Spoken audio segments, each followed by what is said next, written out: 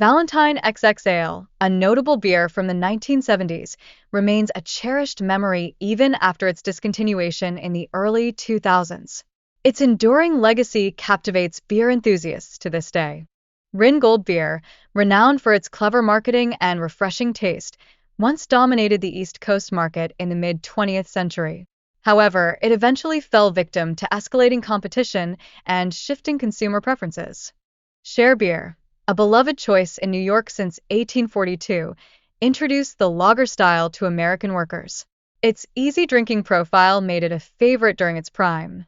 Schaefer's marketing strategy successfully targeted blue-collar workers, significantly boosting its sales in the 1970s. Their clever advertising campaigns struck a chord with this audience. In a contrasting trajectory, Pabst Blue Ribbon experienced a decline during the 1980s, but later revitalized its brand by appealing to budget-conscious drinkers. This resurgence underscores the cyclical nature of beer brands. Falstaff Beer, a competitor in the market, struggled to adapt to evolving trends in the 1970s and 80s, facing ownership changes and production issues. Its decline mirrors the challenges encountered by both Schaefer and Pabst.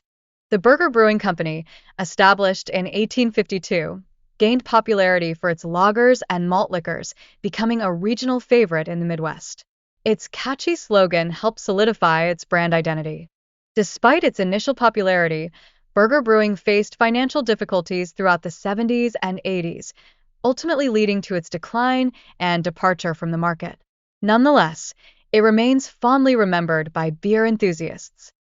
The charm of classic American brewing heritage persists, with Burger beer symbolizing a significant aspect of regional beer history. It reflects the evolving consumer preferences over the decades. Pearl Brewery carved its identity within Texas culture, utilizing commercials that featured locals enjoying their beer after work.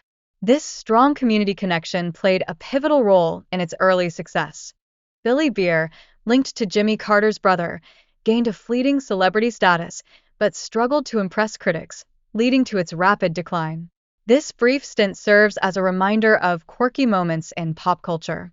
Lucky Lager, a nostalgic brand, rose to fame during the post-war economic boom but faded after being acquired by Miller Brewing.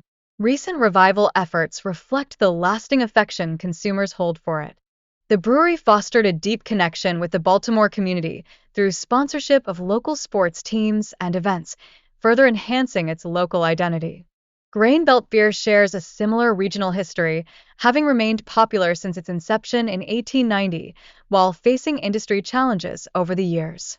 Despite its struggles, Grain Belt beer made a comeback in 2002, showcasing the ongoing appreciation for brands with deep local roots in Minnesota. The end of Prohibition allowed breweries to leverage its Canadian heritage, notably through a red-coated mountain mascot that gained iconic status. This strategy effectively enhanced its brand recognition. By the 1970s, the American beer industry underwent considerable transformation, with lighter lagers and glitzy brands emerging. Unfortunately, breweries struggled to adapt during this transitional period.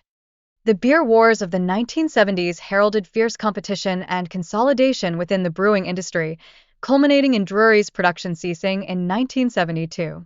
While its presence faded, recent whispers of revival have emerged. Blitz Weinhard gained recognition for its distinct taste and regional prominence in the Pacific Northwest, yet it eventually vanished from the market. Its legacy continues to linger in the memories of beer enthusiasts. Half and Rear Private Stock drew attention with its intriguing marketing and smoother taste compared to rivals. However, evolving consumer preferences led to its eventual fade in the early 2000s. Despite its discontinuation, Half and Rear Private Stock retains a special place in the hearts of certain beer drinkers. Recent rumors hint at a possible comeback for this iconic malt liquor.